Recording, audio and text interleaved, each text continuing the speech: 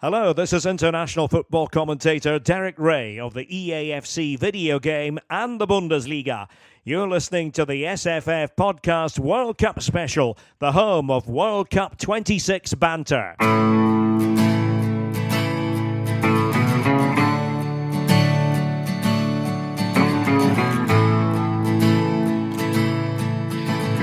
"80 days to go until the 23rd FIFA World Cup kicks off at the Azteca Stadium between co-host Mexico and South Africa. For Scotland, the preparations for their return to the big stage begins now as the squad prepares for two friendlies over the next week. On Saturday, it's a return to Hampden for the first time since that epic night against Denmark as we welcome Japan for their first visit to Scotland. And then 3 days later, the Tartan Army are on the march to Merseyside to face Ivory Coast at Everton's swanky new Dickinson Stadium. Welcome to the latest World Cup edition of the Scottish Football Forums podcast. I'm John. We've got a bumper lineup to discuss those games, a journey into nostalgia, and of course, looking ahead to summer.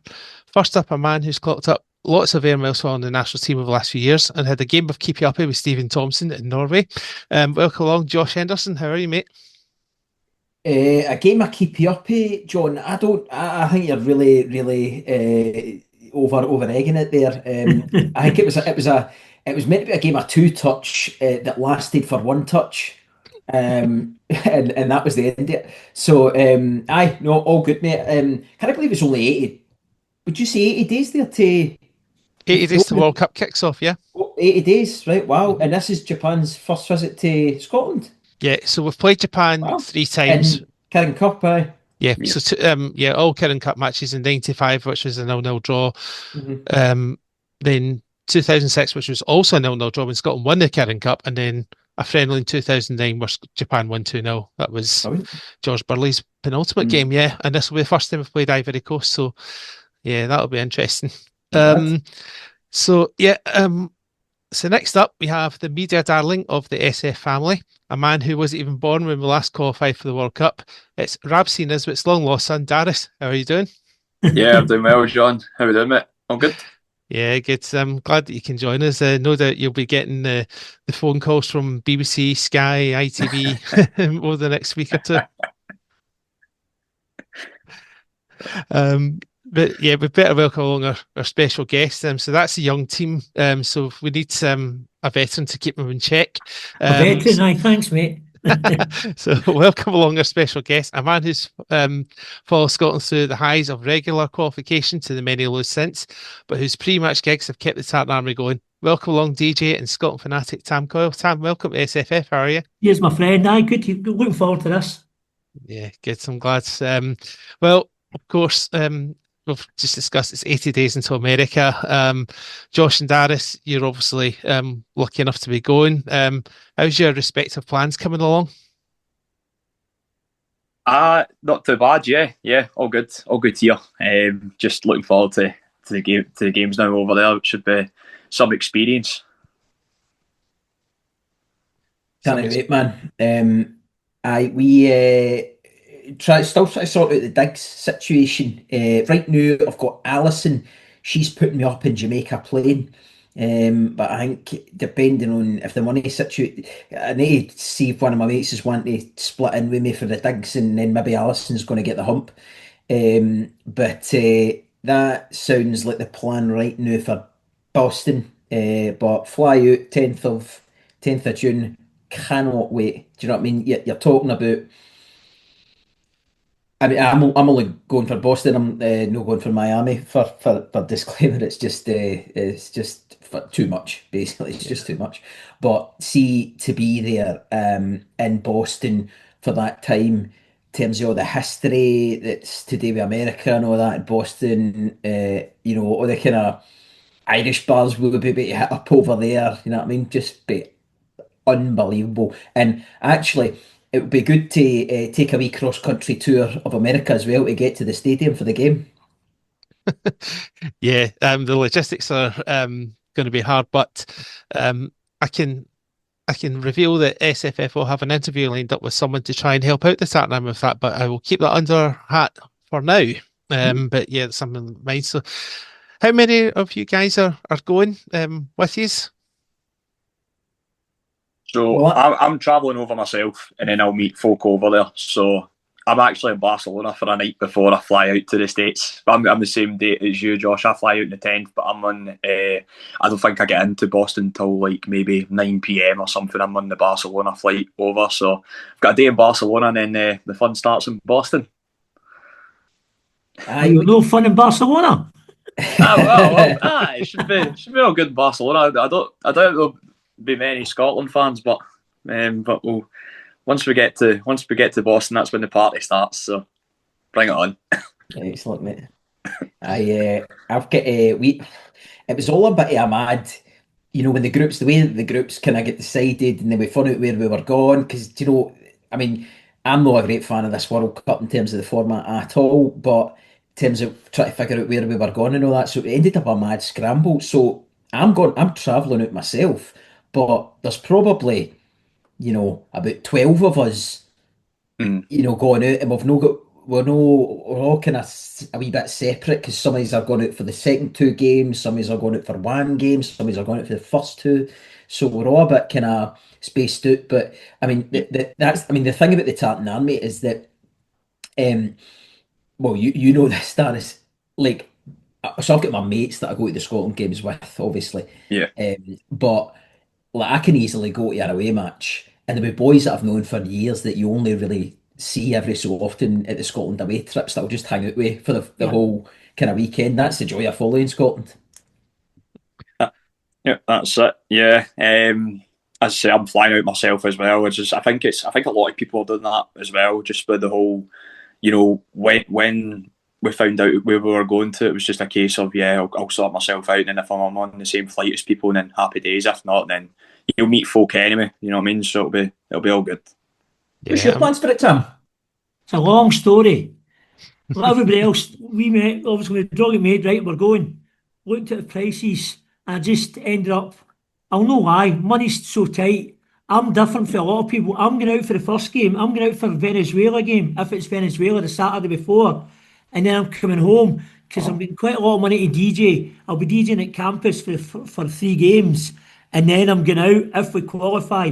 I've got a flight on hold basically for the last 32 game. And because I'm lucky enough to know wee Nevin, Pat's already said, I was out with Pat last week. If we qualify for the 32 game, obviously Pat said with the BBC, he's letting me in his room for the 32 game, and he's got me a ticket. So I'm sorted if we qualify. Unfortunately, after last year, I just can't see us qualifying, guys. I'm terrified we're going to end up with 1 point. I can understand that. Change that. Look, the minute the first game starts at 2 a.m. in campus, come on, Scotland, it's 4-0, here we go. But at the moment, I think it's a draw, a defeat, and a defeat. Yeah. When I bumped into you at the Alistair McAllister gig, I wish I'd known this information beforehand about campus, because I've already sorted plans for the other games. But I'll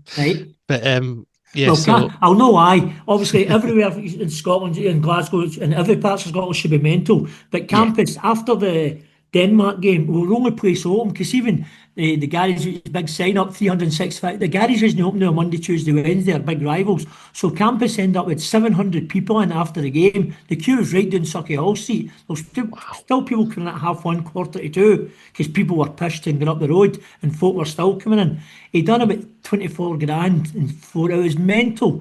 It only holds 600 fish. I think it was 704 in. It was absolutely 3 deep at the bar all night. This is him pulling in bar staff everywhere.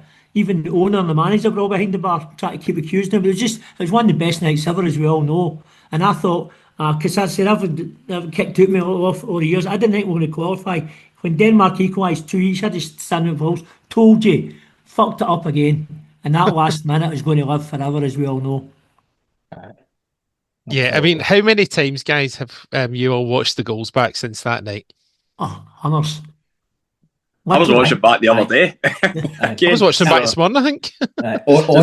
Honestly, hundreds. I'd agree. I tallied it, probably hundreds. Well, even on the night, because I was DJ at 3 in the morning, I left campus about 4 when drink had kicked in. Down the casinos, I always go to the casino, because I stay in Miller Street, the casino's in Glassford Street, so I was down the casino till 6:30. I left the casino buckled, round to the flat, watched the game back, 7:30, and then that wee pop down at the Glasgow Green. It was the Willows, the one right on Glasgow Green opens at 9, so I went down there because I was still hyper. I was in there at 2 in the afternoon, and then I at home and slept for 12 hours. Brilliant. That a lot of folk the night of the Denmark game, Tam, I was desperately. I wasn't actually well. I was at the game, but I was miserable. Still had a brilliant night, right? But I wasn't in any state. Up the road after you. Wasn't in any state to go out. But I have heard a lot of folk talk about campus after it, because it was the boy Ronnie Charters was going on about. He turned up pissed at the podcast the next day for STV, didn't he? That's right. Well, I obviously, for my sins, I'm really pally with Cat Harvey. So Cat and Jane Lewis and all that, they were all there. I had to get him a private booth, and they were getting fired, and they were all buckled, really buckled. But it was one of the best nights ever. Apart from the game being, as we all know, a game we're still hyper about, 6 months later. And the night, it was one of the best nights ever. I'm following the I noticed your questions, John. One of the questions we're talking about, John, and it's one of the good nights ever, because we've had the nights we've come up the road, tail between our legs too many times, and to see that night, it's just like you say, you keep watching it. Yeah, it was almost like so many years of heartbreak. Like, you think about things like the Italy game in 2008. You think did I say it, John? Well, when I was doing my homework for this, John, I said, you're senior president, I've missed 3 games since 1998. Really? 3 qualifiers since 98. I've been at them all. I think 8 campaigns in a row. I've been at every game home and away. So it's but all my mates still think I'm going. I don't know. No other people I'm on a wee chat group with. I said I'm no going. The prices are frightening. The cost of tickets is obscenity. I've never paid. I mean, was it $220 for the Brazil game? I've never paid $220 for a football match in my life. Yeah. And I just thought, that's it. We looked at 27 hotels in Boston or Greater Boston, and just the prices were just terrible. I think the best price we owned was at $350 a night. So I just thought, and then obviously Trump, if you've got any sort of political, Trump, I just thought, geez, I'm not going. And nobody believes it. Even I was at the West, obviously, I remember the West of Scotland Tartan Army, their meeting was last night, and people still don't believe I'm not going. Because I did have gigs lined up. I've got Tartan Specials I've got Tartan Specials doing a gig the night before. There's sort of 4 or 5 events happening in Boston now the night before. There's going to be events all over the place. Don't know about when Josh was saying about Miami. I've known quite a lot of folk going to Boston aren't going to Miami. Yeah, I'm the same. No, I agree with you, Josh. It's cost. You've all got to sit down. The cost is frightening, and to be honest, if you're a Peely Valley Scotland, my good self, Miami in mid-June is going to be a complete disaster weather-wise. 100 degrees, fuck that. I mean, I go to Austin every year for South by Southwest. Unfortunately, I wasn't there this year, but that had been last week. I'm always in Austin every March for the last 27 years, and Austin's bad enough even in mid-March, but Miami in June, forget it. Simple as that. For me, I just couldn't handle that. I think most of the Tartan Army are going the colour of that new away top, and I like that new away top. Well, it certainly seems to be flying. There are people online the last 40 hours sitting with on them. Proud of you, Josh, putting on just now. I think it looks brilliant. Best top for a while. It is. And do you know, I was looking at the 82-85 away top, because obviously it basically is the same tap. Do you know what I mean? Apart from the neck and some of the kind of things around the rings, it's just a couple of tweaks. But do you know, that's one of the things that a lot of the kit manufacturers seem to have got really good at over the past couple of years, is recognising that folk love nostalgia, don't they? Well, I can't work it out. To me, we've got 28,000 Travel Club members.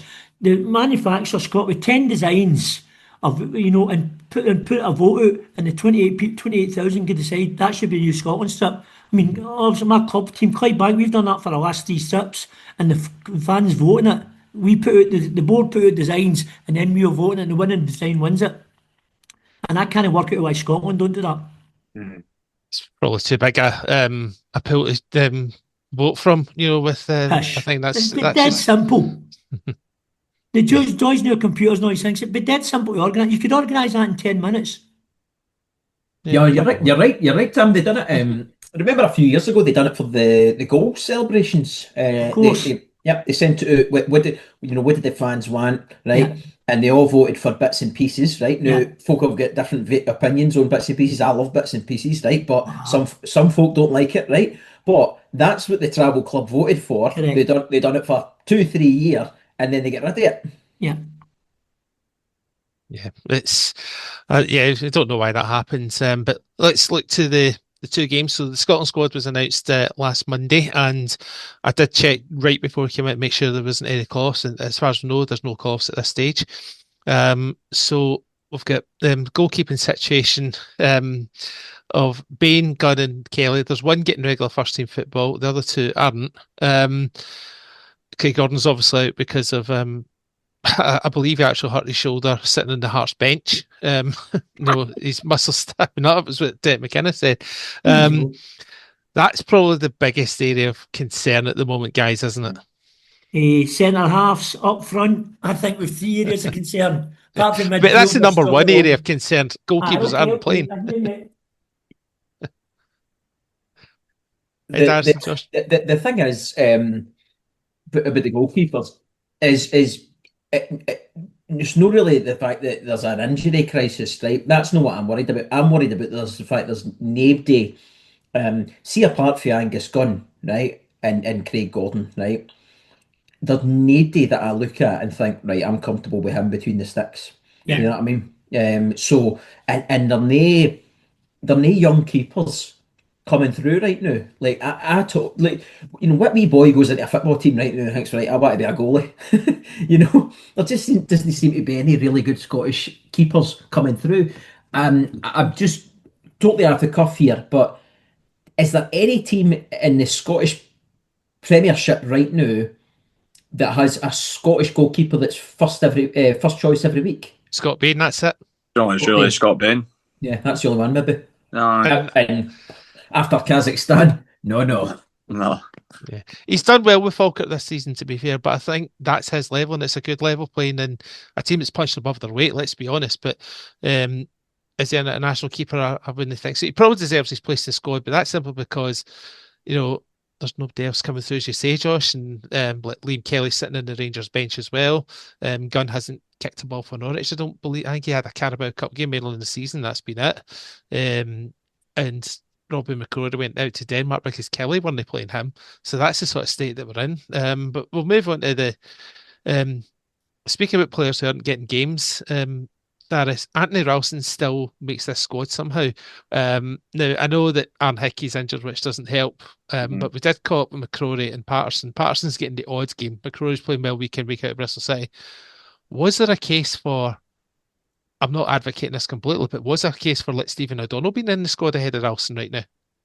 I don't see why O'Donnell couldn't have been in the squad, especially. I mean, I think Clark's just, obviously he's got a lot of loyalty for his players, but I mean, look at Ralston. Ralston's not played much game time for Celtic at all. I think he's maybe made, since the turn of the year, maybe a couple of appearances in Europe from the January games, but it's not really, he's third choice at Celtic. You know what I mean? Donovan's in ahead of him, do you know what I mean? And Araujo, but he's just, I don't understand. I mean, from my opinion, I don't know why we've called up, actually, I think we've called up 4 right backs, I think we've got in the squad.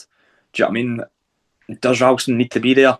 Nah, not for me. I think if you're looking, we've got obviously the games coming up for the June friendlies and in the World Cup squad. I think what's going to happen is we'll name a squad of 30 and then it'll go to 26 for the guys in the plane. But I don't think Ralston will be in the final squad, to be quite honest.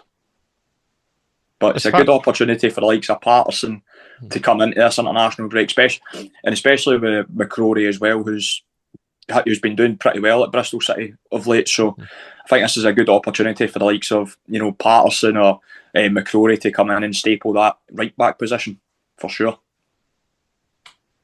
Yes, there's definitely opportunities, and another one who's come into the squad for the first time in a while is Dominic Heim, who's I do look at the squad a lot, and I didn't actually realise he joined Wrexham. He's Wrexham's captain. Wrexham are also doing fairly well in the Championship. They're in the playoffs. They're just outside the playoffs at the moment. And Finlay Curtis, obviously delighted for him to get a call up as well. Josh, who in terms of those call ups for Curtis and Hyam, what's your thoughts first on the Finlay Curtis situation? Because obviously he's in mainly because Ben Gannon-Doak is injured, or only just returned just now. See the thing about Finlay Curtis coming in, right?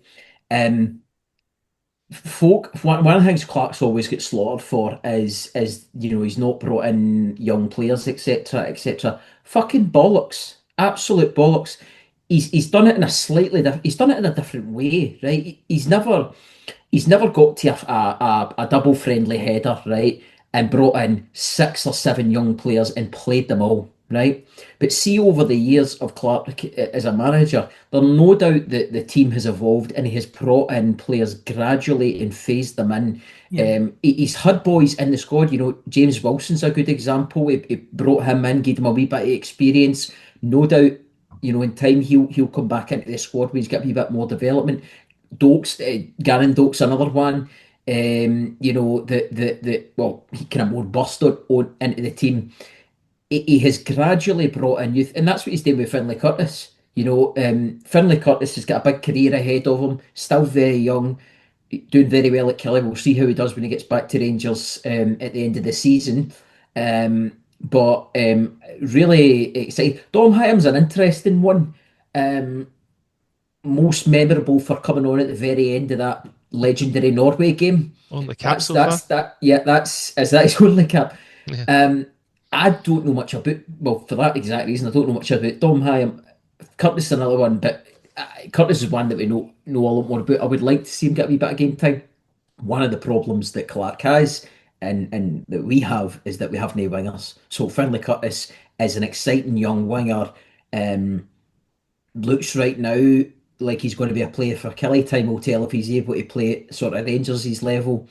But if he is to be the player that hopefully he might turn out to be, then it's a good move for Clark to start getting him a wee bit of exposure.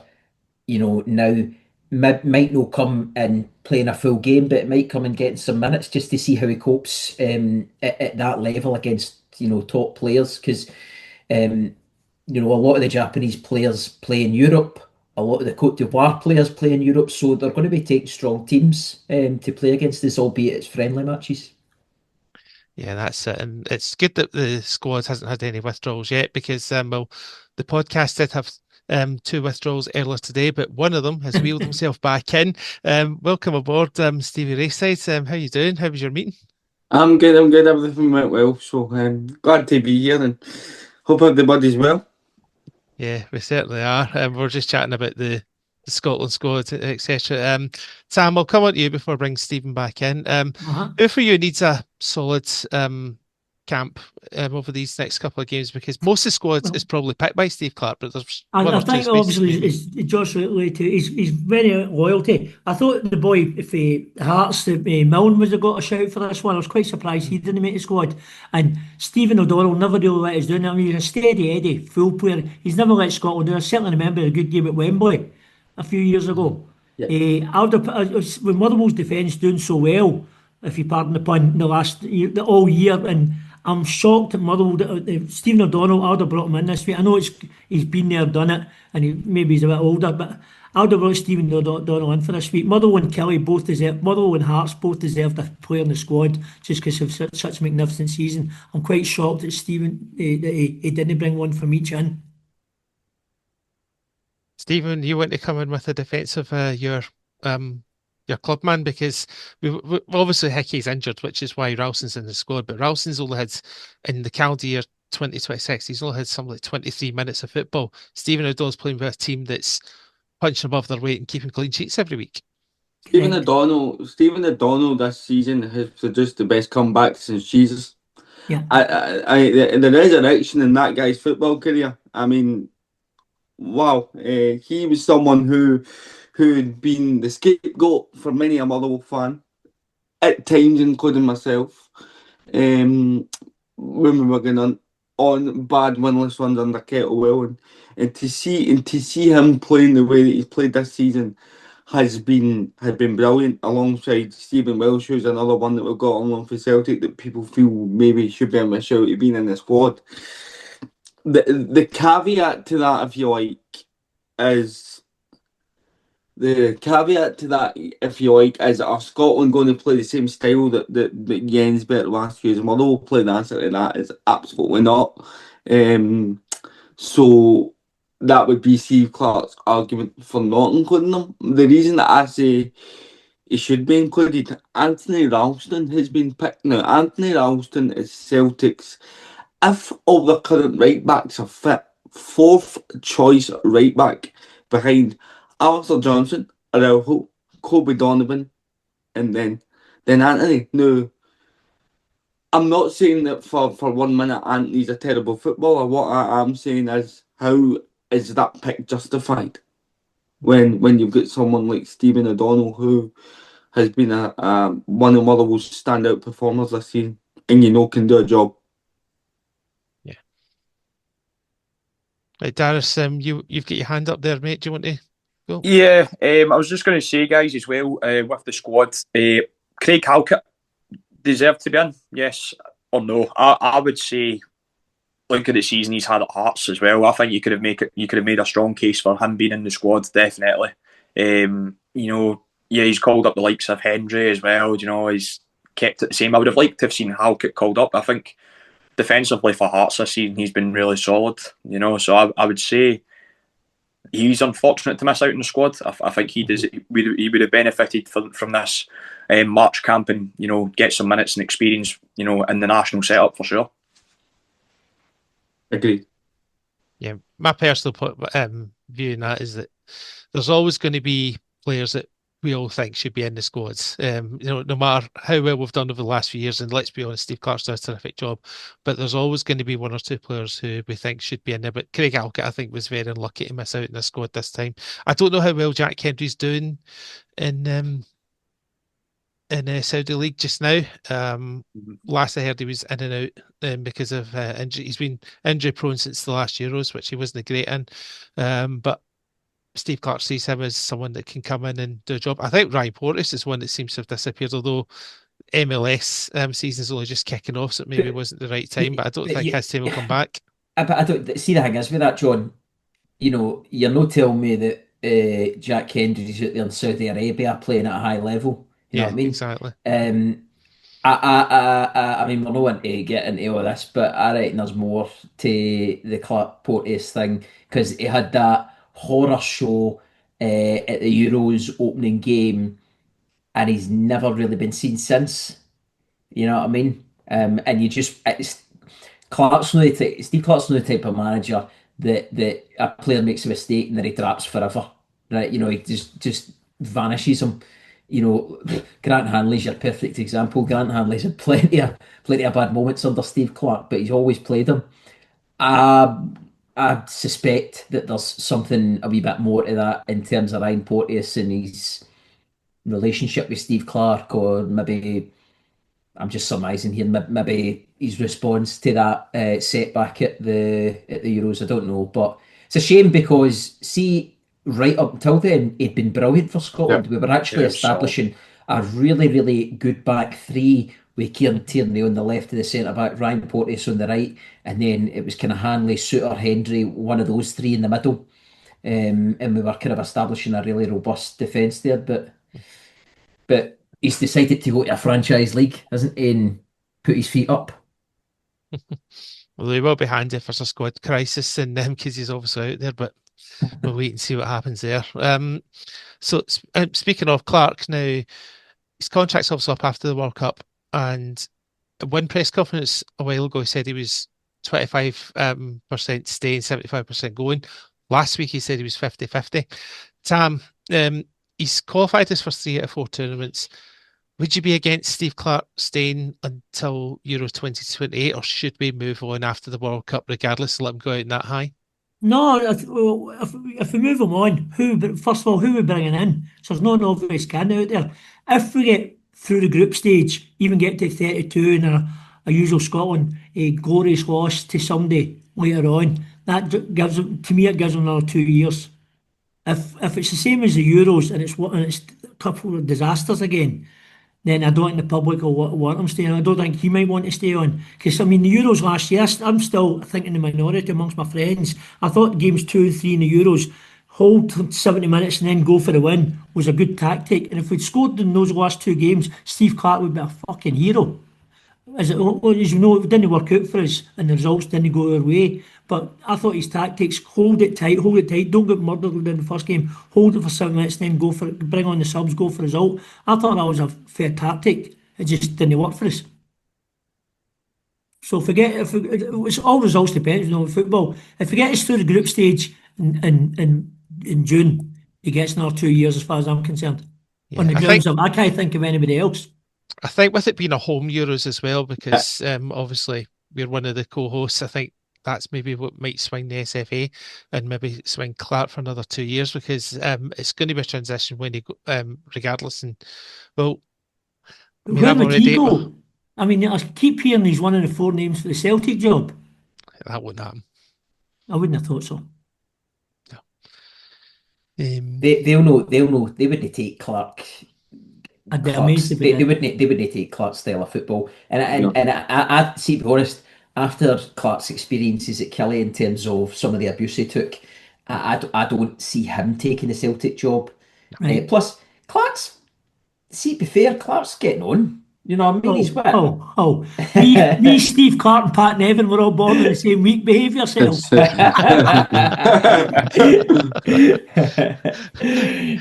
He told you he was here to put us in our place, eh? Well, I suppose what I'm getting at is that, see full-time management like that, it's difficult for older managers now. You're seeing it less and less.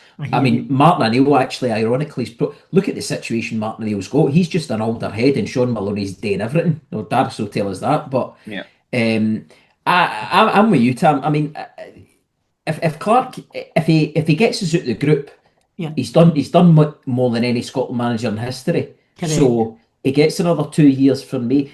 Yeah. Even if we go to the Euros, and it's sorry, if we go to the World Cup, and it's much better. Let's say we're I mean, I don't know how it's going to pair. Let's say we win the first 2 games, and then by some parameters we get beat off Brazil and we don't qualify. I know, John, you'll tell me that that's not possible, but I think 4 points and you're through. I don't think right. 4 points and you're through, right? So that's pissed your sharp.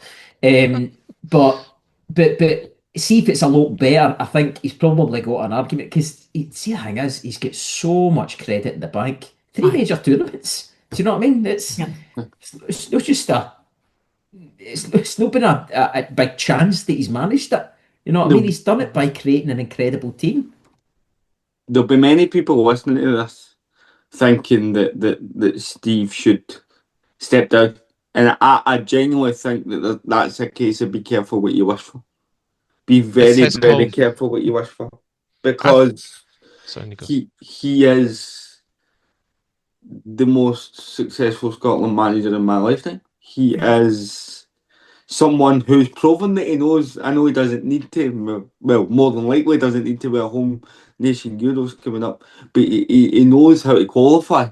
Yeah, do you know what I mean? He also knows the squad of players that he's working with. And I think we're heading towards a transition period where there's quite a lot of players that are getting older now.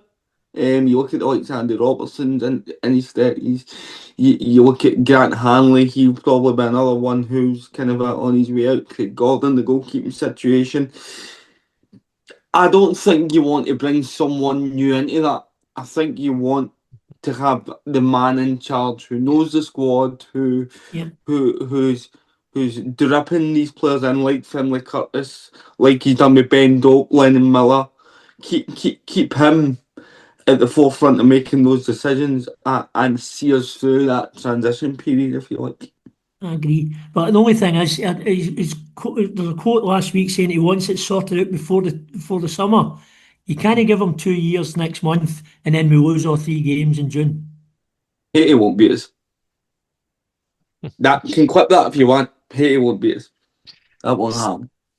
Yeah, Stephen, if that's another Costa Rica Italian United scenario, you're getting the blame. Never mind the players on the pitch. I personally think it'll be Steve Clark's call whether he stays on or not, because the SFA holds him in high regard. So we will just wait and see. Interestingly, with regards, so we're also going to Liverpool next week for the match against Ivory Coast at Old Dickinson Stadium. Interestingly, there's a great tour video being put out by Gully Singh on these Gully Talks channel. It's a very good watch for 12 minutes if you want to get in on that. And it actually goes into what food's being on offer. And I think one of them that stood in my eyes was smoky bacon and haggis pizza. That'll be well consumed, I'd imagine. God knows what the price will be. So, Daris and Josh, I know you guys are going. Tam, I think you're going as well. How much are you guys looking for? I've got 3 gigs. I'm DJing the Monday night, and then me and Ted Christopher got a big gig on the Monday night. Now, Ted had to talk me into this one. I thought, a gig on the Monday night, everybody's just going down the Tuesday. Everybody's got financial commitments for the summer and holiday commitments, take time off work. I mean, we've got 4 buses going for it, and our buses all go down on match day. So I thought the Monday night, why are we doing a party? It won't work. It sold 400 tickets. Wow. So there's a few people obviously going down for a few days, and I'm in the pub nearest the ground. The Blue House is the pub owned by the Everton guys. Is in physically the nearest pub to the park. More importantly, it's right beside where all the supporters buses are getting parked, and the guys giving me a good deal, 10 beers for 30 quid. So that's going to be the place to go. Blue House, and Pat Nevins coming in with me. So I'm DJing 2 till 6:30 in the Tuesday afternoon. So I'm looking forward to that. Is it sold out on Tuesday? I'll be there. Hey, that's on a Tuesday afternoon. The Blue House is, apparently there's 5 pubs in that wee area. Is it Regent Road, just beside the ground? But the Blue House is the one that all the Everton fans use, and all the Everton players and that drink in. It's just a big bar near pub, 700 cap pub, and he's giving us a good deal on drinks. So sounds good to me. Happy days. Yeah.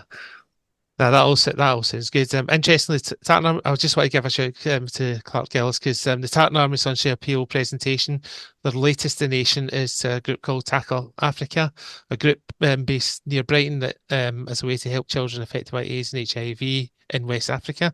That presentation is happening at the Old Bank pub at about 3 o'clock. So I think on my way down, I might pay them a visit and wish them all the best. Really? So Tartan Army Sunshine Appeal just do a tremendous job. I mean, what is it, 110 donations or something like that they've done now, and consecutively since 2003? Well, I was at the first one. The first one was in Bosnia, way back in the day. Yeah, 99. A wee guy for Airdrie who worked out there got in touch with Marjorie. You guys all know when Marjorie ran the SFA, and we done that in Bosnia in 94. When was the Bosnia game? 94, 93, 94? That was the first, and that's when the Tartan Army Sunshine Appeal started. 99 it was, the Bosnia game. Was it? Oh, well, that's... Yeah, because that game got postponed initially. Yeah, it was 99. But the trip to Bosnia, the trip to Sarajevo is the first time we'd ever get together under a charity thing. It started at that. Yeah, good on the Sunshine Appeal. Josh and Daris, what's your plans in terms of going down? How much are you looking forward to going down to Liverpool? We've got a belter, man. So we've got the boys won't listen to this episode. We've got a They bus. should listen to the episode. Well, no, they will. But they'll no listen before Tuesday. We've got so we're the bus is travelling down Lane Ayrshire, and then pickups on the way. So there's a few of us Glasgow Southsiders that were getting picked up. But one of the boys lives in Newcastle, and we've convinced 2 of the boys that have got pure sticks up their arse that we're going down the M74, then we're cutting across to Newcastle to pick them up, right? We've convinced them that they're absolutely raging about this, by the way, right? It's not easy enough for them to get a train from Newcastle across to Carlisle and pick them up at Carlisle. Nah, but we're not actually going to pick them up though. So we're just thoroughly looking forward to that bus down, and we're actually just going to come back straight after the game because it's so. Do you know what I mean? You're only 4 hours away. It's just such a cheap away day. Yeah. Gosh, is the bus full? Aye, it is. Aye. Oh, I was we look for a space. I was going to try and get a ticket tomorrow because I was sure there'd be a disabled space in the stadium, and I was going to come down with you. But if the bus is full, do you know what? As mate, because somebody else for the podcast asked me if there was a space, and there actually isn't. But it's full. I think it's a 20-seater, and we're at 20. You just strap my wheelchair to the back, no? Well, what we could do is see if you just sit in your chair, we'll put a wee belt on, And we'll get a jump cables or something and tie it to the handles and just pull you behind. Great, mate. I'll see you next Tuesday. I've just got that picture of Stephen in a tow bar with a rope hanging on the name 74. I think you would get stopped at Carlisle, no bother. Anyway, sorry for interrupting you in full flow there, mate. No, it's all right. Aye, Daris, you looking forward to the trip? Yeah, I'm looking forward to a trip down to Liverpool. I'm looking forward to seeing Everton's new ground as well. It looks absolutely amazing. I watched that Gully video as well on the stadium as well. It does look good. I'm the same as you, Josh. I'm travelling down on Tuesday morning. I'm getting the train from Glasgow at, I think my train's at 7:45 in the morning. I think it's straight to Liverpool, which is quite good. So I get to Liverpool before 12. So yeah, I'm looking forward to making the trip down and experiencing it. Yeah, 26,000 tickets, he said at the Western meeting last night. Well, that's good. So it was 24,000 a week, it's now 26,000. So wow, is that how many we've sold? There's many's been sold. Guesstimate was at 5,000 Ivory Coast fans, 26,000 to Tartan Army, or 21,000. Liverpool's crap anyway, isn't it? The Scousers don't really enjoy a party. I think Liverpool's a great place, to be perfectly honest, but that's just my personal opinion. Anyway, we'll park the football chat for a couple of minutes. Well, because obviously we've got special guest Tam Coyle on, the DJ. I don't know about special guest. It is, yeah. just older, that's all. Right, so we've got a few questions for yourself. So first of all, I'm going to ask a few questions with regards to your memories of following the national team. What's your first kind of memories in terms of, like, what was the first game you attended, kind of thing? 75, I started going to home games. I just left primary school 6 years ago, so I started going to home internationals. I think I've missed 4 home games since 75. Oh. So again, I stayed in the centre of Glasgow. I've born in Knightswood, but stayed in Knightswood, but I've stayed in City Centre. I stay just off George Square. I've done for the last 30 years. So it's not exactly difficult to get up to Hampden from my house. So it's just a drug. People ask you why you involved in Tartan Army. It's a drug. Once you start going, particularly the away games, you just don't want to miss any. And I'm lucky enough that I'm self-employed, and that's what I've done for the last 30 odd years. I started DJing at away games in 2004 in Vienna, and I've been doing it ever since. What was the first World Cup that you went to? 1990. I tried to go in 82, but I was just too young. 82, 86, I looked at it again, the cost of Mexico too high, but I was at 90, I was 90, 98, I was at 96, obviously. Most embarrassing thing ever. All laugh again, you guys, but about younger. 92 for Sweden. There was so much bother. It had been all the time of the hooliganism really at its peak, and I'd been married 2 or 3 years, and all my trips had been football trips. I'd dragged my poor wife along, and she just put her foot down because there was all the horror stories before the Euro 92. It was going to be a lot of bother. And I just thought, well, if there's bother and I'm there, I can go out the road. I'm still daft enough and quick enough to run away. But if I've got a woman with me, change the ball game. So she put her foot down, and her sister was getting married in summer 92, and we ended up away for our wedding for 4 weeks. So I didn't go to Euro 92, and it's hurt me ever since. I wasn't in Sweden. Yeah, that's a gutter missing But that. as I said, since 98 World Cup particularly, I think I've missed 3 qualifiers since 98. I went to either 6 or 7 tournaments in a row. I didn't miss a game home or away. Nice. No missed many. It's just it's a drug. Anything else, you just save your money, just like everywhere else. I mean, obviously, your parents' generation talk about the Wembley weekends thing. People put money away every go to Wembley every 2 years. Your generation have been doing that. I've been doing that since the mid-90s. Just putting money away and putting money away. Every week there's money going away from the next Scotland away trip. So, what was the first away trip you went on? Would that have been one of the Wembley specials? No. This thing he scored, Gary Mackay scored about Ireland. And the last game of the qualifiers for that campaign was in Luxembourg. So I started travelling west of Scotland, Tartan Army. It used to be called the Partick Thistle International, but I was instrumental in changing the club name because I wasn't getting involved with, although I travel with Hunters or Thistle bastards. So we're now west of Scotland, Tartan Army for the last 30 years. We were Partick Thistle International. So I went in their bus to Luxembourg, 30th November 1997. Anyway, 0-0 draw. It was Luxembourg's first point in a game for 16 years. We drew 0-0, and I spent a second half standing. It was only 600 people there. I stood talking to a substitute called Pat Nevin, who'd become a mate of mine. So Pat was on the bench that night. I'm just standing beside the bench talking to Pat, who was on the bench that night, and that was my first away game. That's brilliant. Oh, sorry, my first away game was the night David Cooper died, actually. Clydebank ran a bus down to the game in Cardiff in '95. That was my first game outside Scotland. The night David Cooper died. That's my first away game. My first game outside David Cooper? The night David Cooper died. 95. Sorry, the night Jock Stein died. I was going to say David Cooper scored that night. Aye, David Cooper scored the goal. Yeah. Aye, Yeah. the night Jock Stein died. That was my first away game. Yeah, that must have been a bit of a mixed emotions because you're 1 minute you're celebrating Correct. getting the playoffs, and then next minute you hear the manager's gone. Yeah. Well, again, when you're in the car, we were sitting in the car park because we'd heard they'd collapse again before, obviously, the internet stuff. But obviously, the game was on the radio, and people had been talking on the radio and said Jock Stein had collapsed. And somebody would get a phone call. We were sitting in the back, and we in a minibus for Clydebank. 14 is a minibus. We're sitting trying to get the car park, and word it was a Polish come and told us, and it really changed the atmosphere. Obviously, one of the most bittersweet nights ever. Yeah. Mm-hmm. Yeah, undoubtedly. Yeah, that would have been a bittersweet. What would you say has been your most interesting away trip? Because you hear some of these stories about fans going from 3 different countries just to get to one for saving 20 quid. But what's your most interesting? I'm in that car. I've done that, mate. Certainly the Peru-Mexico trip.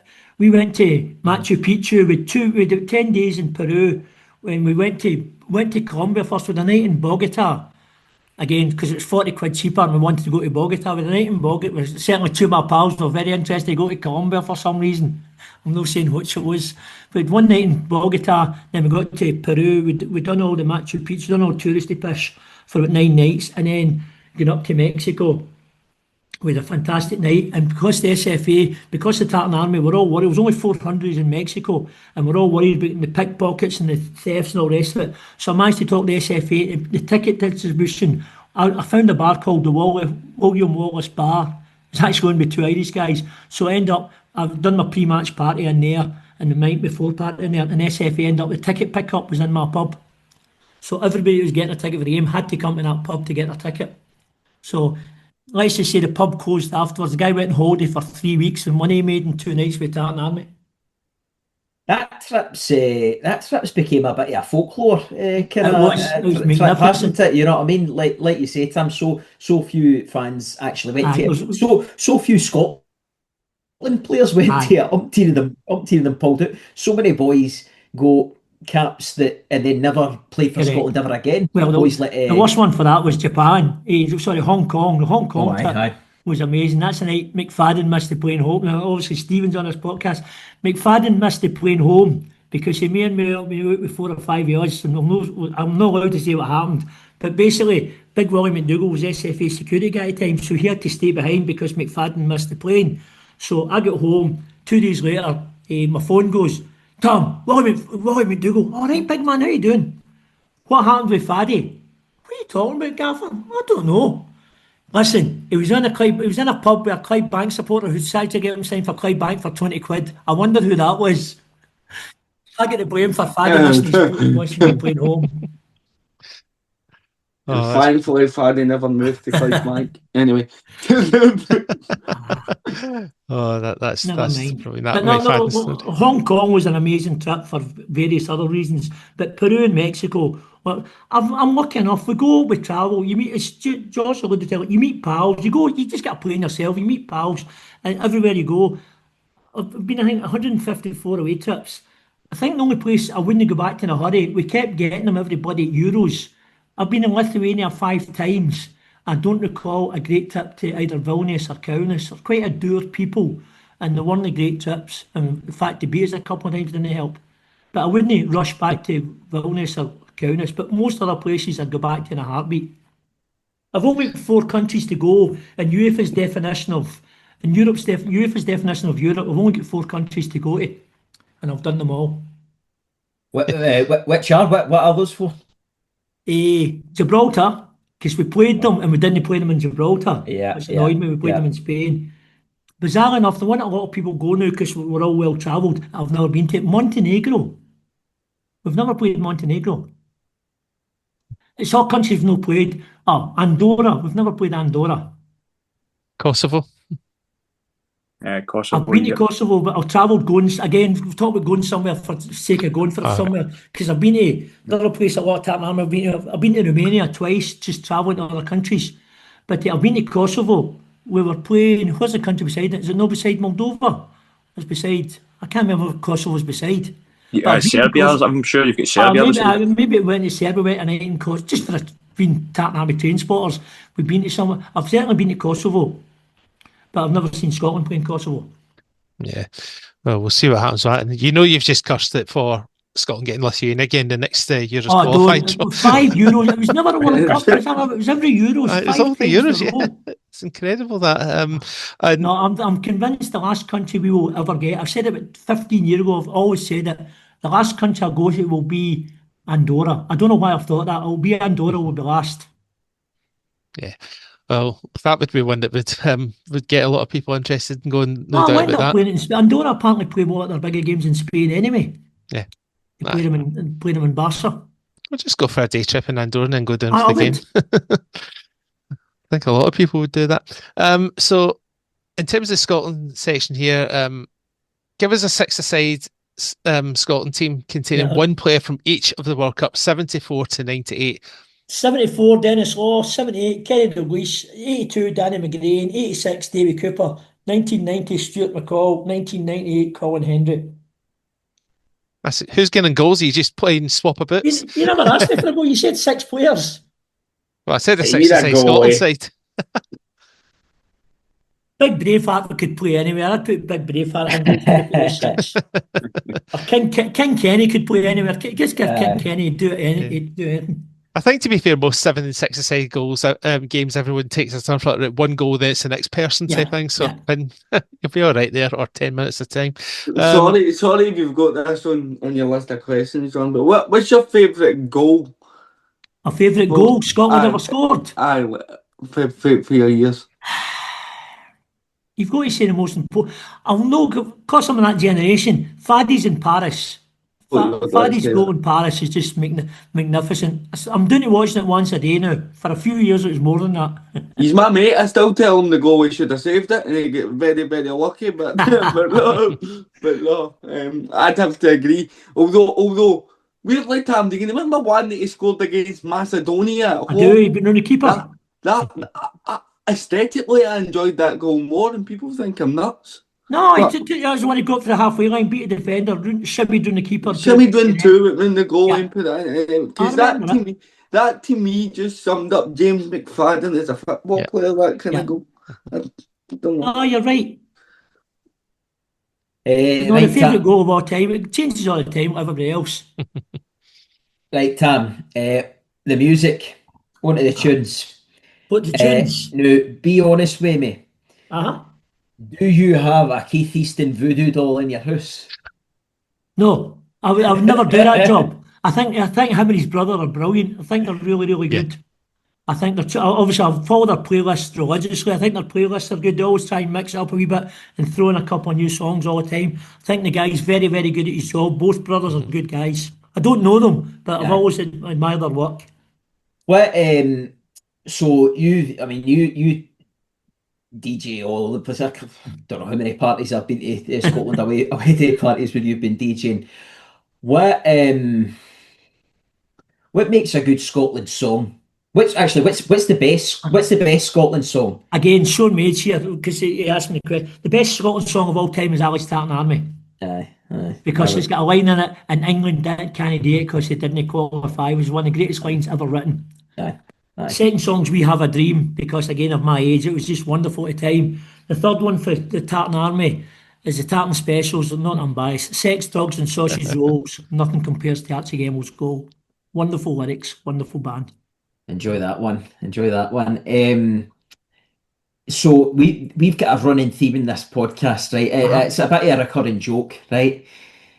What's your thoughts on Freed From Desire? And I saw the question again.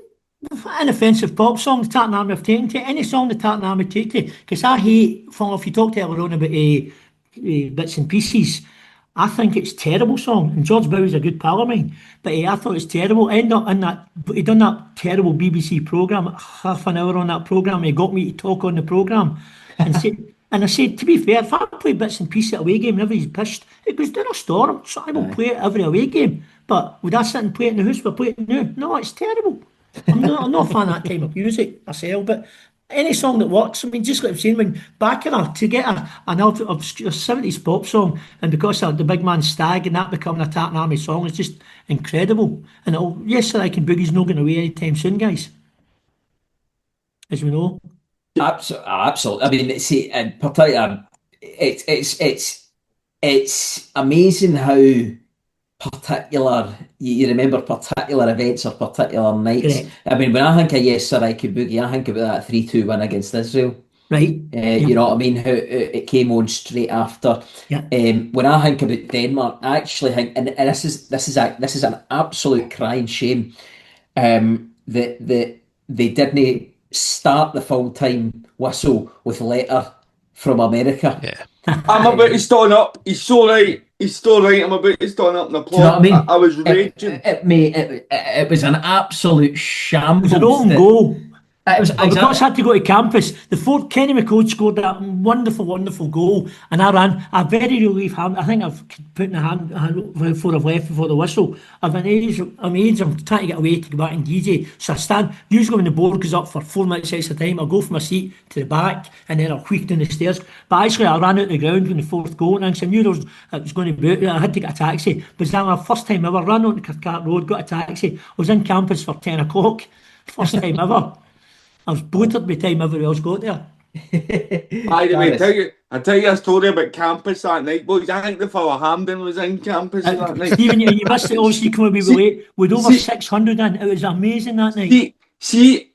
I've been to campus a few times. I've never seen any other person in a wheelchair. There was 4 people in wheelchairs that night. See, if I needed the toilet, I would have needed a magic carpet. I'd have been like the genie for Aladdin to try and get a push. It was honestly horrendous. I ended up leaving and got the box. Is that because you were out your box? Nah, but see, to be fair, I was actually trying to stay sober and I never drank that night. I felt so deflated, and I think it's because, and obviously it's my greatest moment as a Scotland fan, but I think it's because of the emotions that we went through in that game. You're up, you're down, you're up. 100% agree with you. I just felt I was so flat after that. My energy was zapped. Wow, I was the opposite. I was on cloud 42 in a stadium all night. Me too. Daris. I was going to say, if you were to pick someone to do the World Cup song for America, who would it be and why? I was thinking, well, obviously I seen that question coming in. I've been thinking about it for the last 4 hours, guys. I haven't got a clue. I know there's quite a lot of bands have been asked already. I think it'll be who's the boys that are doing really well just now? Wee Boy for Everton, the St Phoenix boys. I know Nathan Evans and St Phoenix. I think they've penned one. I think the SFA have got a big hard on for Biffy Clyro. Just the Biffy Clyro boys on the Scotland fans. So we'll see if that one comes through.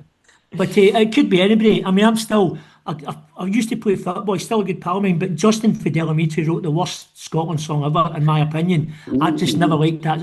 Lyrically, I saw what he was trying to do, Don't Come Home Too Soon, but it was a fucking dirge, for a better word. I've never liked that song, I never play it. It's the one song I never play.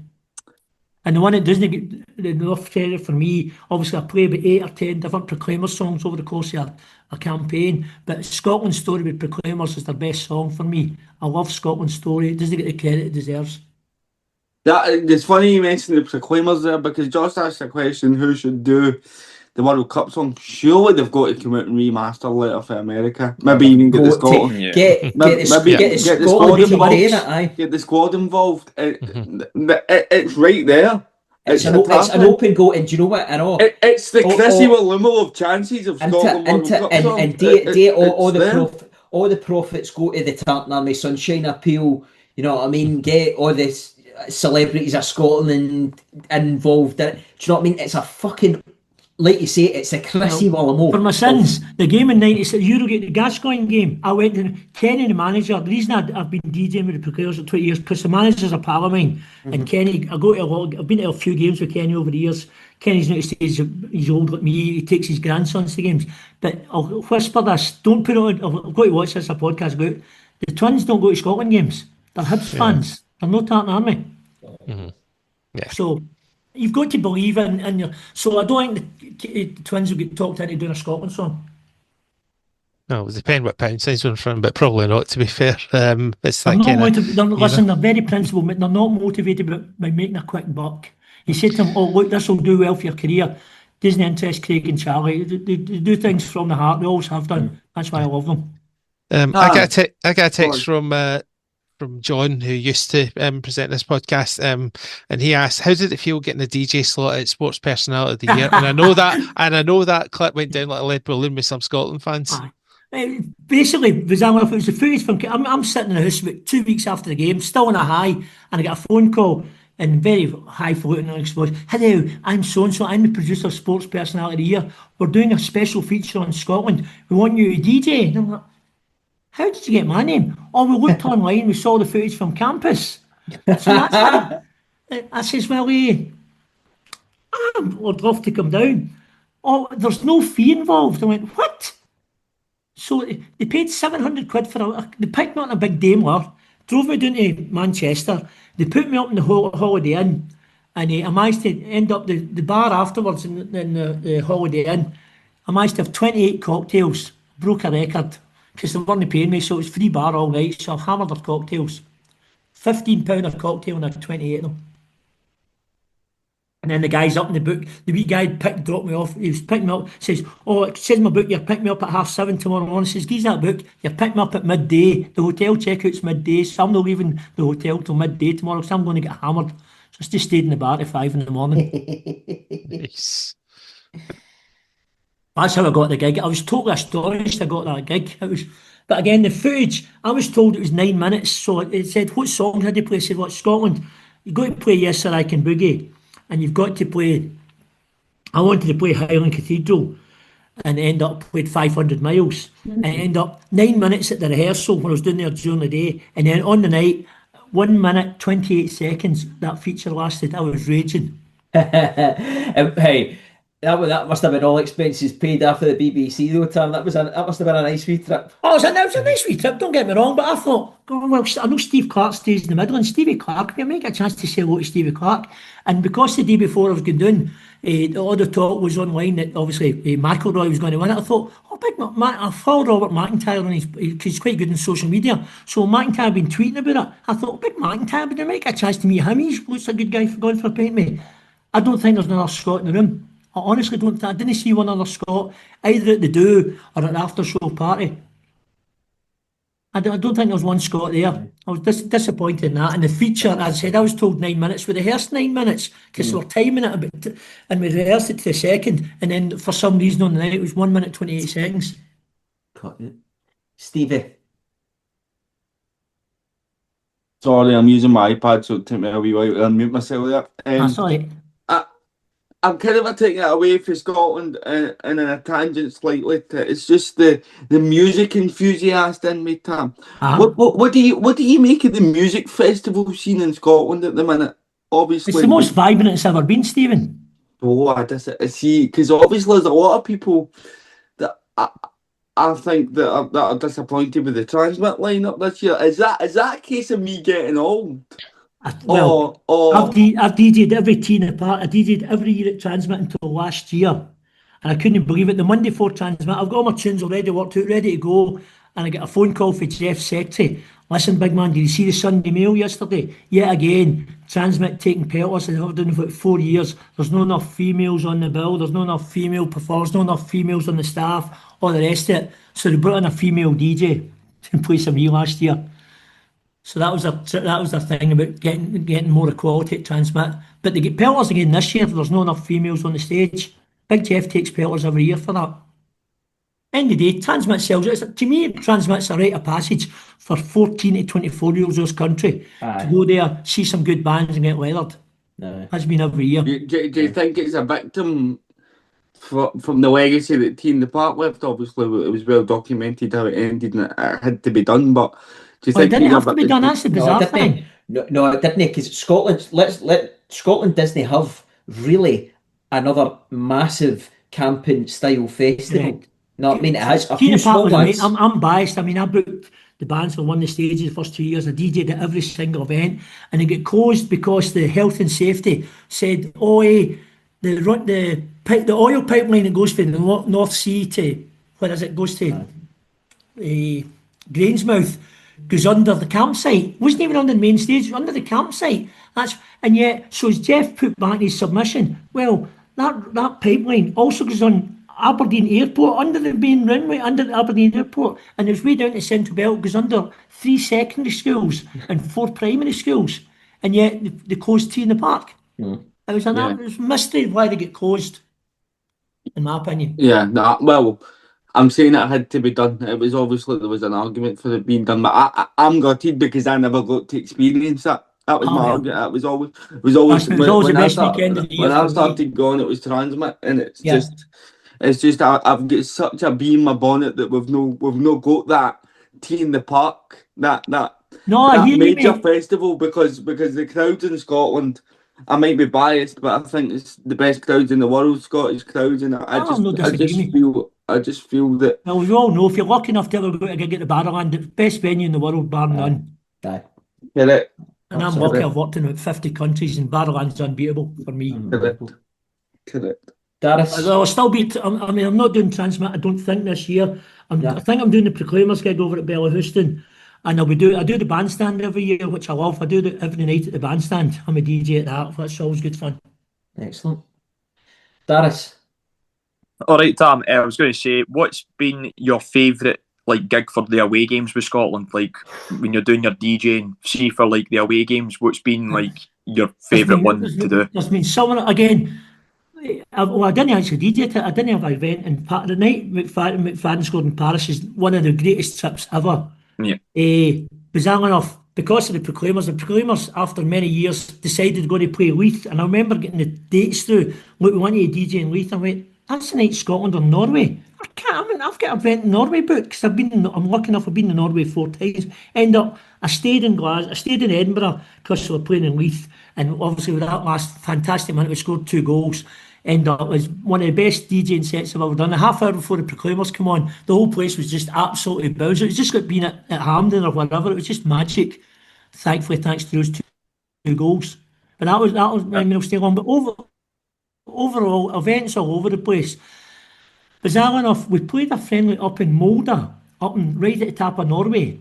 And that ended up again, because there was only about 300 there, and it was snowing, it was cold and freezing, everybody turned up at that, and the wee guy made so much money, ended up, listen, we're a wee tune, nobody else, it's the size of Falkirk, all due respect to Falkirk, it wasn't like Oslo or a big city, but the town only had 5 bars, and I was in the sports bar, we stayed open until 6 in the morning, because nobody come to close us down.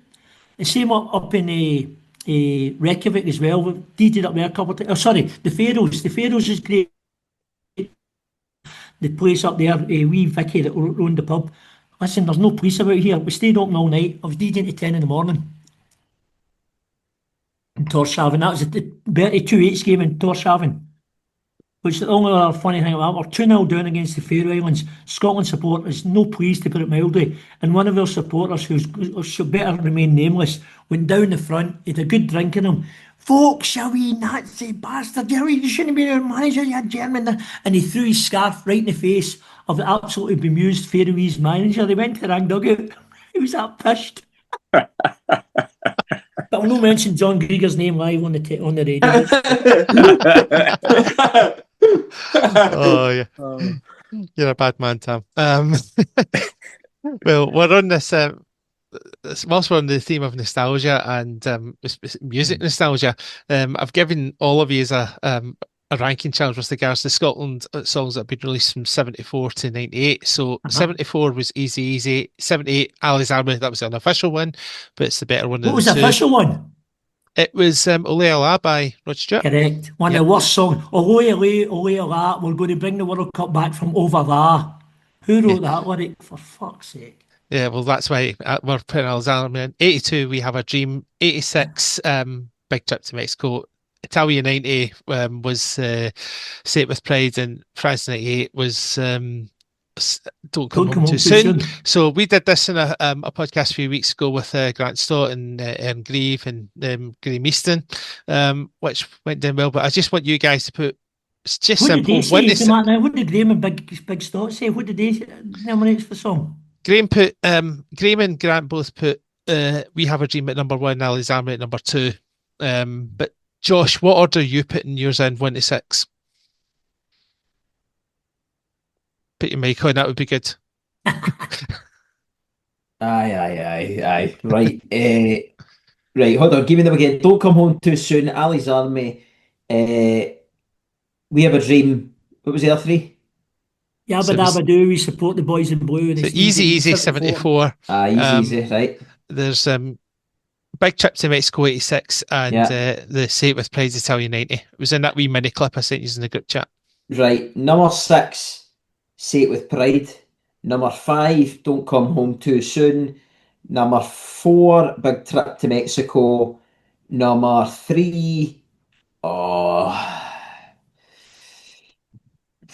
going to say Easy for 3. I don't know, I really like that. So they are, but it's not as good as I know. two classics. Right, 3 is Easy, 2, We Have a Dream, 1, Ali's Tartan Army. I'd agree with that. Stephen? 1-6. Well done, Josh. Stevie? Just unmuting myself, mate. Sorry.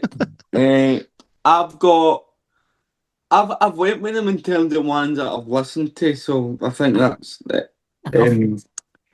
I'll go Big Trip to Mexico 6, Sing It With Pride 5, Don't Come Home Too Soon 4, Easy 3, Ali's Army 2, and We Have a Dream 1. Yeah. Daris? So I went number 6, Say It With Pride. And then I went Big Trip to Mexico at number 5. And then I've went for Don't Come Home Too Soon at 4, Easy number 3, Ali's Tartan Army number 2, and then We Have a Dream. It's got to be We Have a Dream for me at number 1. It's just iconic. So correct. Yeah. Right. Tam, for you, what's your order? Same as those two. I would Ali's Tartan Army at number 1 because of the immortal line that will live forevermore. And England can't do it because they didn't qualify. The greatest line ever written. It really is. Andy Cameron, Cameron, because I've met a few people over the years. Obviously, Andy Cameron, a wee Glasgow comedian, ends up down there on Top of the Pops. He took his dad with him and was that enough in the green room at Top of the Pops. And there was somebody else on Top of the Pops. I can't do a Cockney accent. This guy slagged him for being Scottish. What are you jocks doing? And I end up, Andy Cameron's dad, who's apparently 5'6", had Billy Idol up against the wall. I'd have loved to have seen that. But Billy Idol apparently slagged him to hell, and Andy Cameron's dad took offence and was going to burst him. Brilliant. Super. Of course, Andy Cameron's dad was 5'6", because it could only be somebody with wee man syndrome that would pin Billy Idol against the wall. Brilliant. Absolutely. Also in that same podcast, I got them to rank the home kits from each of those tournaments, and I've sent you guys the images. Tam, you'll know them by heart anyway. Again, what orders are you going to go with? Daris, we'll come to you first this time. I think for number 1, I would go for. I'm going to go 82 for number 1. Just think, obviously the We Have a Dream song, as well, and then the kit. Number 1, number 6. I don't know. It's a toss up. What order are you doing this in here? 1 to 6. Just trying to think what ones to put for 2, 3, 4, and 5. Okay. Number 1 for me, the best kit's 82. At France 98's either 5 or 6. I'm going to put that as number 6. 78, I'll go for number 2. 74, 3. Italian 90, number 4. I think did I say 86? Number 5? You haven't yet, but you have now. Yeah. I'll go with that. I think 82 is probably the best one for me anyway. I'd say I like the 1982 one the best. Right, Stevie, what's your order? I'm going to go 82, number 1. I'll go 78, number 2. 74, number 3. 90, number 4. 98, number 5. And what's the one I've missed? 86. 86, number 6. So you were almost in full agreement with Daris there. Josh, what about you? Well, John, you know me, ever the professional podcaster. I've done absolutely zero prep here. So One I'm job. actually, I'm actually going to, I'm going to come back to you with a phrase that I'm going to have to be using quite a lot this summer. Sir, I'm going to have to take the Fifth Amendment. Oh dear, Tam, did you? I'm never been a big fan of football talk. The only one I've ever bought a Scotland connecting is the one that Battenberg won, the Lord Rosebery strip for 1874. I've got that one, but I've never bought a Scotland talk in 25 years. I'm bad for buying the t-shirts. I'm wearing the Looney Alba t-shirt just now of all the venues that Scotland's played in. Nice. Wow. So I buy a lot of t-shirts that clubs put out, and I've got all the Wester t-shirts from all the years. But I've never club tops to me. You don't wear them that often at the end of the day, and they're a hell of a price, a lot of them. So I've just never got out buying Scotland tops. Nah, fair dues. We do have a couple of other group chat questions from Charlie and Chris. So Charlie asks, what 3 things are you most grateful for in life? And Chris asks, in addition to a couple of questions we already asked, what's your favourite pie? For me, Yeah, you're the guest. favourite pie. Steak and haggis. Since we talked, I just buy a pie at football every game, Clydebank play home and away. But well, What's no, just on that, Tam, since I'm an Armada fan myself, what's the pies like at Yorkers Green? we don't have pies. Famously, don't have pies. Only ground in our league, the only team in our league that don't sell pies at home games. Just sell burgers and chips. Aye. It's horrible. No being at the Meadow. I used to love going to the Meadow. Some good nights down there over the years. Yeah.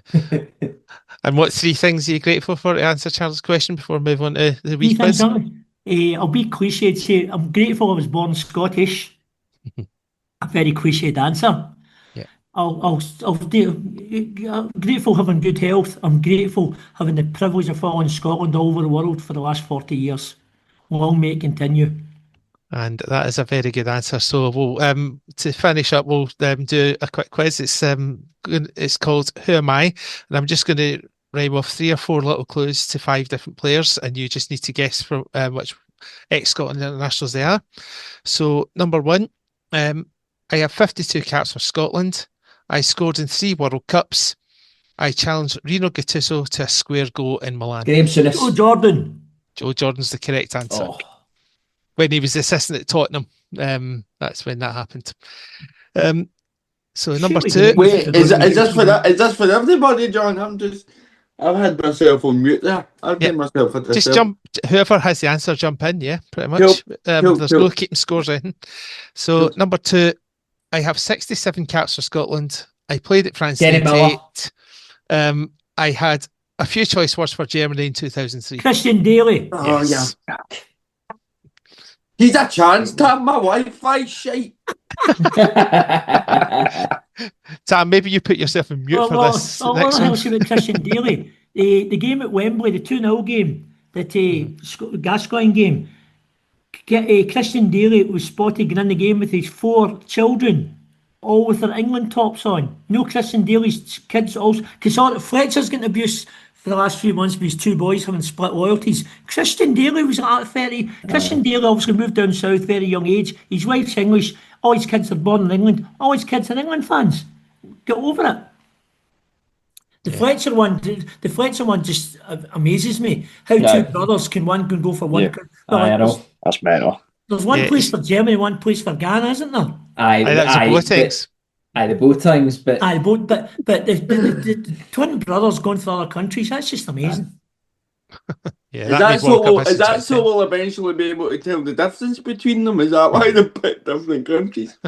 The interesting thing about the Fletcher brothers as well is that Darren's obviously Scottish. the mother's Irish, but they're playing for England, or one of them's playing for England, but then that's where they were born, I suppose. I presumed they were English. I just presumed his wife was English. Is she His Irish? wife's Irish. Yeah. Oh, well, fair enough. But they live in England, so... Aye, well, he's So played Dan in there Fletcher- till 16, remember? I know Dan Fletcher's boy. Is it his boy? He's playing for England or something. Or he's Aye, playing one of them one is- of the twins. He's got twin boys, Daris. One was Aye. playing for England, one's playing for Scotland. Aye, that's it. Yep. Fucking hell, Daris, wake up, mate. Anyway, question 3 of 5. I have 72 caps for Scotland. I scored at France 98. I work as a pundit for Club TV. Listen, Daly. John Hey, Collins. Burley. It's not John I'll Collins. read it again. I have 72 caps for Scotland. I scored at France 98. I work as a pundit for Club TV. Alan McCoist. No. He was at the World Cup. John Collins. It's okay, Burley. No. It is a Scotsman, but I didn't say he scored Johnny for Scotland. Collins then. It's not Tom Boyd. Tom, of course. Oh, Imagine the mother one no getting Tom Boyd. I know, that's Boyd, shocking. Tom Reside. Boyd. Was I wasn't thinking about the OG, that's a memory. Well, it's not even a memory I'm trying to erase because I don't remember it, but aye. So number 4, penultimate one. I have 53 caps for Scotland. I went to 3 World Cups in 78 to 86. I'm now working with Peter Martin. Alan Ruff. Alan Yeah, Ruff, well aye. done, Stevie. Aye. There you go. You've got your one ahead of Tam. And the last one, 4 questions, 4 clues to this. I have 55 caps for Scotland. I played at Mexico 86 and Italia 90. I played in a European final, and I am appearing on SFF Podcast on the 13th of April. Paul Lambert. Nope. European final. Graham Souness. Mexico 86 and Italia 90. Stuart McCall. No, he never played in the European final. And he did play at Mexico 86. Alan Hansen. I'll give you a clue. European final, so it wasn't for a Liverpool or a Celtic or Rangers or anyone like that. It was one of the provincial Has to be clubs. Villa then. Big Rambo. No, John Robertson. I'll give you a clue. He also played at Euro 92 and he played anywhere along the back. He was a one-club man and he played in Scotland. John Robertson. He Alan also McLeish. managed Motherwell. Alan McLeish. Alan McLeish. No. No. The answer is Maurice Malpass. Oh, wow. nice. Whoa. He played in a UEFA Cup final for Dundee United in 87. Dear, So he's coming on our podcast on the 13th of April. Excellent. So that'll be good. So there you have Okay, it. here's what I'll get you all. 2 ex-Clydebank players played in 1986 World Cup. David Cooper's one. David Cooper. And David Cooper. Pat Evan no played with Clyde, but no, Clyde No. he played with. No, he wasn't at Mexico 86 either. I should know this. If I say he played in the Maradona game, Clyde Bank. Terry Butcher. correct. Terry Butcher played with Clyde Bank. Well, Aye, he came out of retirement. It cost his pals with Cooper with 4 centre halves all injured. And he signed on those for Clydebank for a month. We lost 3-0, 3-0 and 2-0. He went into Ken Eady and David Cooper for the last game and said, listen, get a 16 or 17-0. My legs are gone. I'm just going to lose the game tomorrow. So he only played 3 of the 4 games he was scheduled to play. Played 3 games. We lost all 3. Worst player in Clydebank's history. I've got a story about Terry Butcher.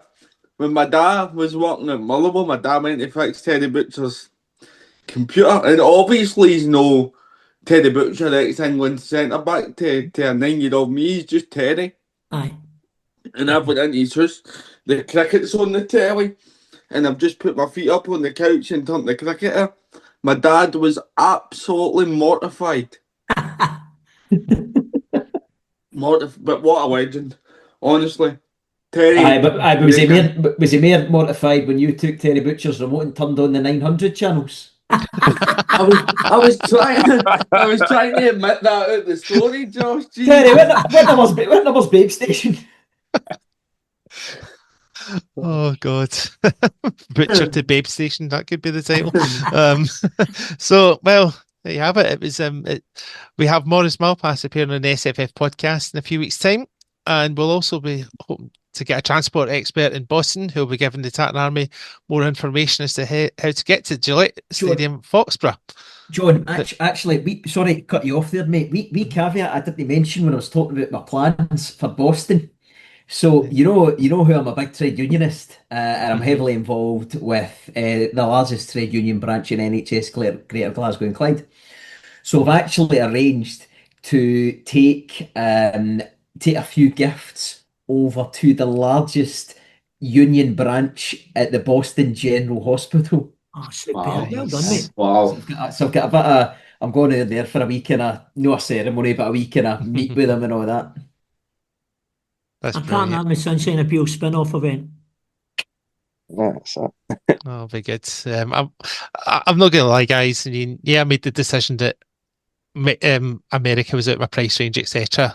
So I'm comfortable with what I'm doing, but I am envious that you guys are going out there, and I hope you have a bloody good time. But we'll have more banter between now and when you go away, hopefully in these Well, I'm still upcoming getting slagged episodes. for going out the week before for that other game. Do you know there's 2 games the week before now?